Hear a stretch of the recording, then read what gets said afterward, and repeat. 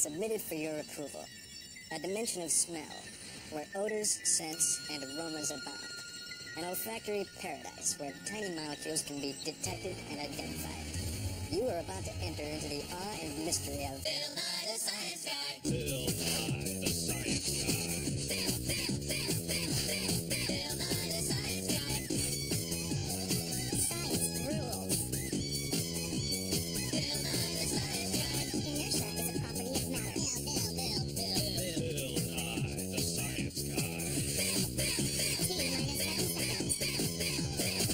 Nye the Science Guy. Take a deep breath. Do you smell that? Something's burning. Think about it. We can easily tell the difference between flowers and a skunk. Between coffee and dirt. Between cabbage and a piece of toast. We use our sense of smell to survive. And since our nose is right above our tongue, our sense of taste comes mainly from our sense of smell. Now, humans can recognize about 10,000 different smells. I think it's coming from over there. Oh, yeah, sure enough. Burning toast. Now, the smoke spreads out, and we can't see it. But we can still smell it because there are tiny pieces of burning toast in the air all over the room. We use our nose to detect tiny pieces of stuff, chemicals in the air. It's our sense of smell.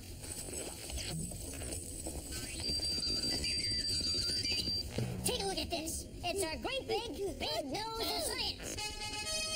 Now, when you breathe, air goes up here. No. Through your nostril. Bill, not up the nose.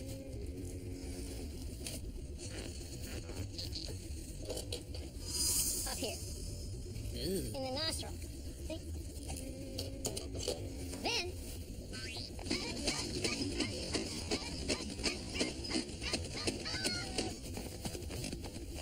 it follows along this curve, and some of the molecules dissolve in your mucus, the goop inside your head, and they get picked up by your epithelial olfactory nerve cells, your smell cells.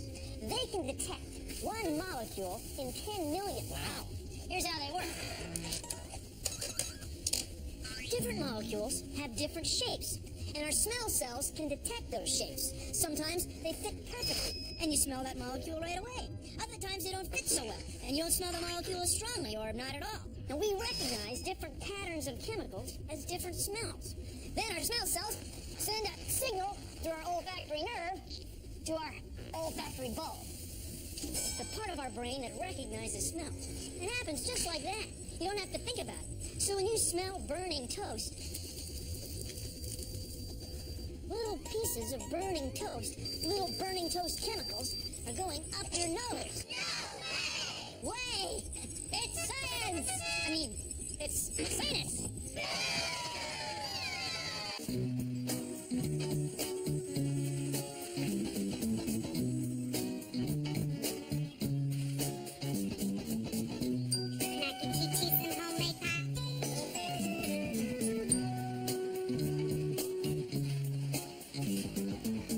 You could see and smell the comforting aroma of a cup of cocoa, the mouth-watering fragrance of home-baked cherry pie, and the warm company of friends and companions. What do you have? An offbeat story about the volatility of molecules and too much cheap perfume.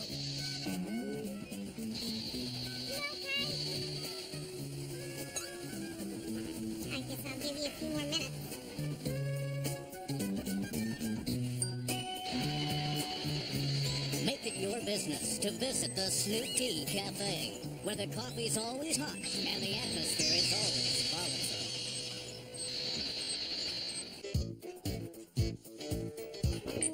Humans use their sense of smell to warn them about certain things. So do animals. They smell to find food, communicate with each other, and to warn them about danger. Their sense of smell is essential for them to survive.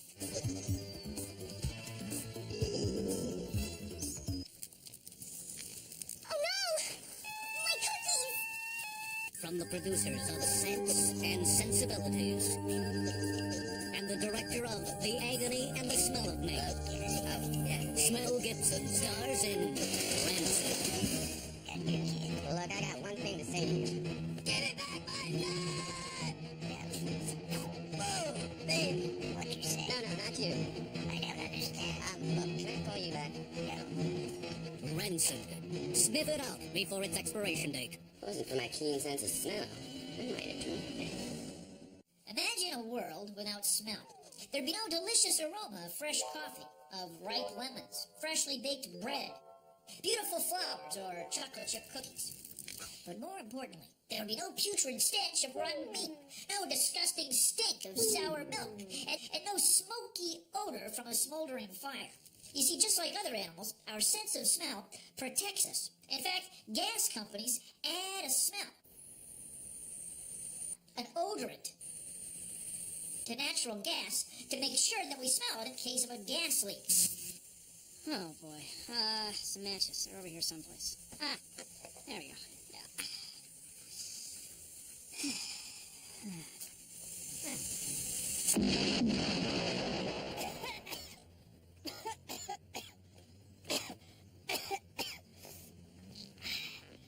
Now you see, that is exactly what I'm talking about, okay? I'm just glad that everything is back to normal.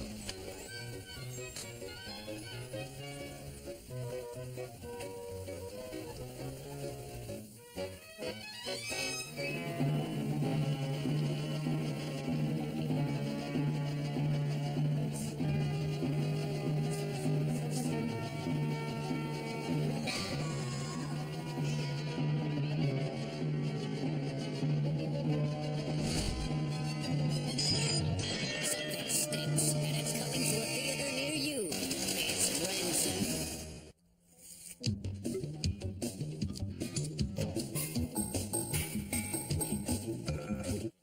Without our sense of smell, things would taste a lot different.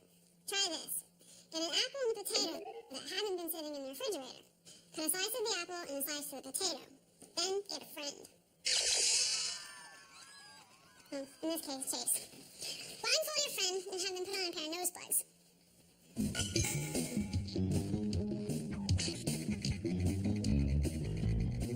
Can you see or smell anything? No, I cannot. See if they can tell the difference between an apple slice and a potato slice when they can't smell what they're tasting. Okay, ready? Huh? Hands.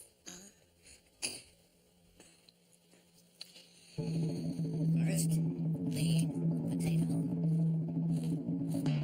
And now, the apple. Okay, which one's the potato?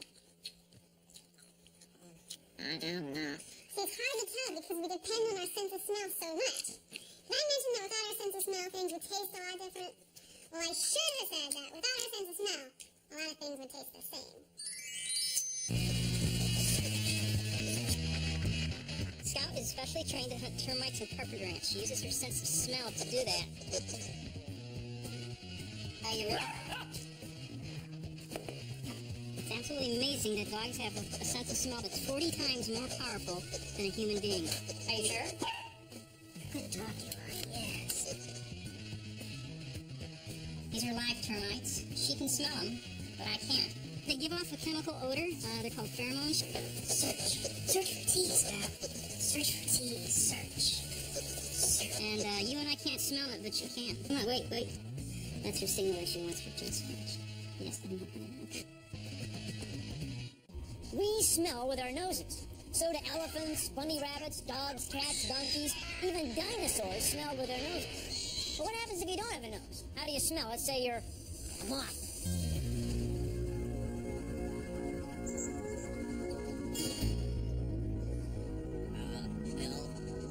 Bill.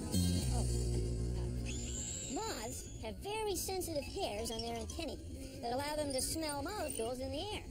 Flies have smell sensors on their feet that allow them to smell whatever they're walking on. Fish have smell sensors in their nostrils that allow them to detect tiny concentrations of chemicals in the water they're swimming in. But whether you're a fish, a fly, or a human, when it comes to smell, It's all done with molecules. Oh, boy. Humans have a pretty good sense of smell. Please consider the following. But sharks have an excellent sense of smell. A shark can detect about 1 molecule in a trillion.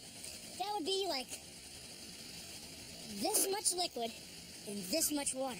Wow. Here's how they do it.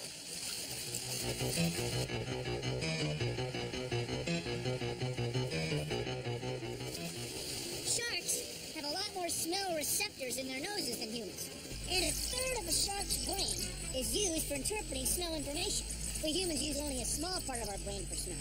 See, smell is much more important to a shark, so they can detect very small amounts of molecules in huge volumes of water. Well, thank you for joining me on...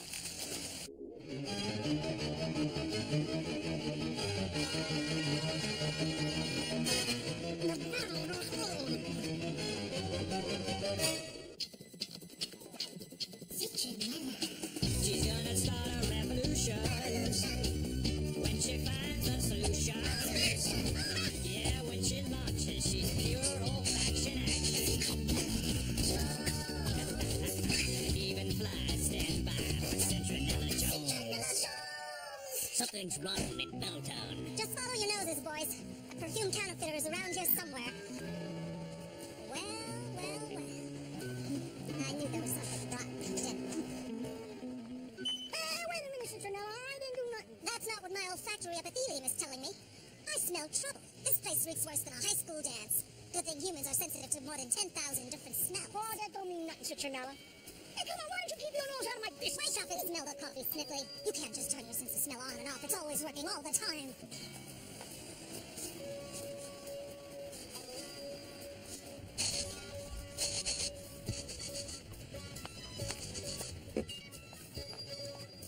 Keep looking, boys. I can smell it's around here somewhere.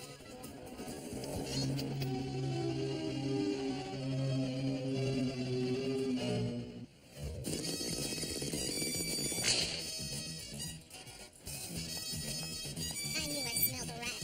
You can make them all in there, can't you? CK2, Succession, Charlie Horse, PU. Your fake knockoff colognes really stink. Do you want to smell like roses? Keep your nose clean. Citronella.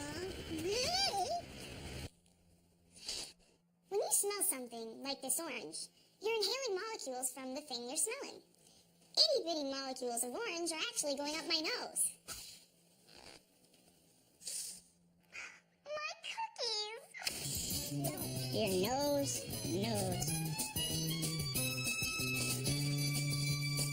It smells almost like apple pie. I thought it smelled like apple cider. It is apple pie, though. Oh, it is? Hot apple pie. Yeah. Cinnamon, hot apple pie. Well, sure. Mango, blueberry, peach. This one smells sweet, and this one's like sour. Like the strawberry, it doesn't smell like the regular strawberry. Your nose gets tired, I guess. Hi, kids. It's time for Yo-Ho the Clown!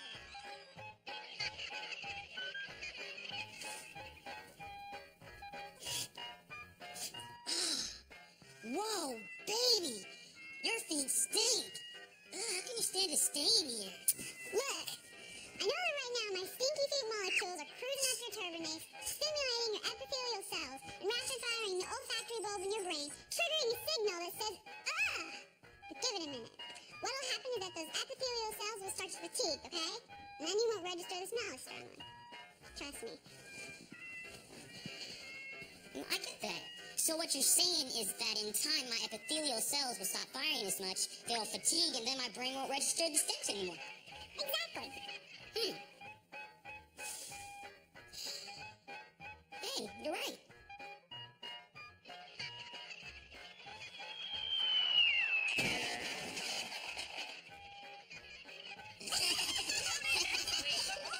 With Yo-Ho the Clown! Cheers. Eat these cookies. I've been drinking since 6 this morning. Sorry I offend you. Oh, honey, I'm your wife. Well, who will tell you if I don't? lotion odor. Yeah, well, I use a deodorant. But you need more.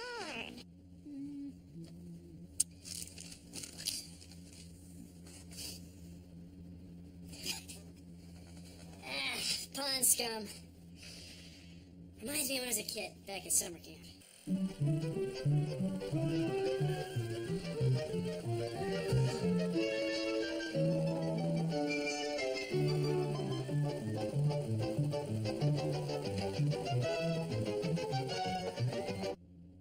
See, of all our senses, we're probably least aware of our sense of smell, but we use it all the time.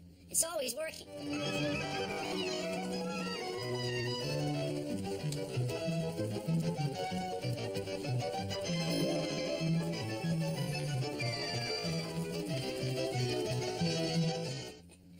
And here's the cool thing. Your brain stores all that information together without even realizing it.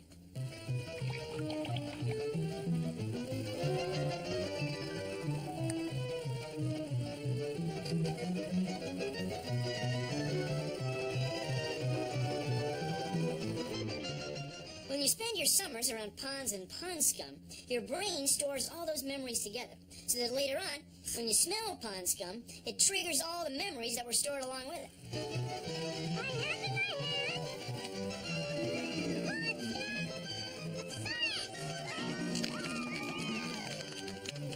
Pretty cool, huh? Meteorite dust.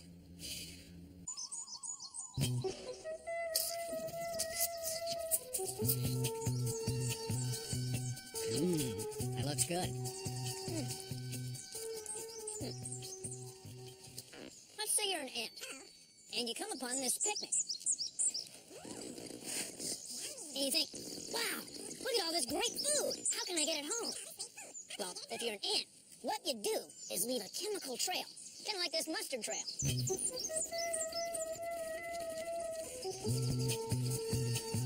All the way back to the nest. Then the other ants can smell the trail with their antenna. Then the other ants go, ooh, yummy, food up there. And they can follow the trail to the picnic. Now, the thing is that ants use chemicals to send all kinds of signals. That's how they communicate. Let's eat. Okay.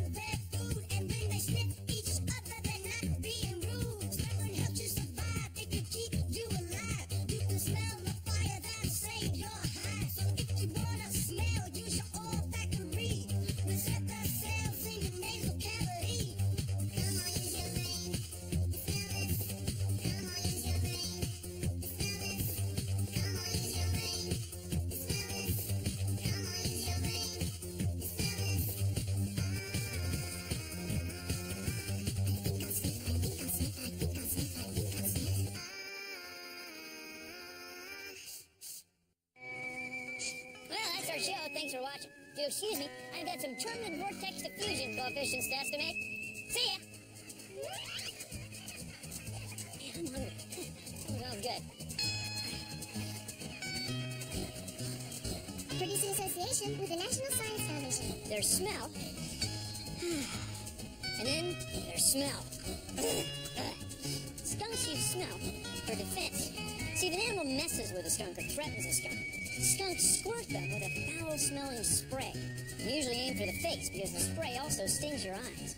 So if you're an animal and you're going to go blind for a while, and your own sense of smell is going to be completely overwhelmed by the smell of the skunk, well, you would learn to avoid skunks. He's got his tail up. See, skunks have a super system of defense using scent, using smell. It's a great system, really. No sudden moves. A system that other animals should say is really great. One slug of spray coming up.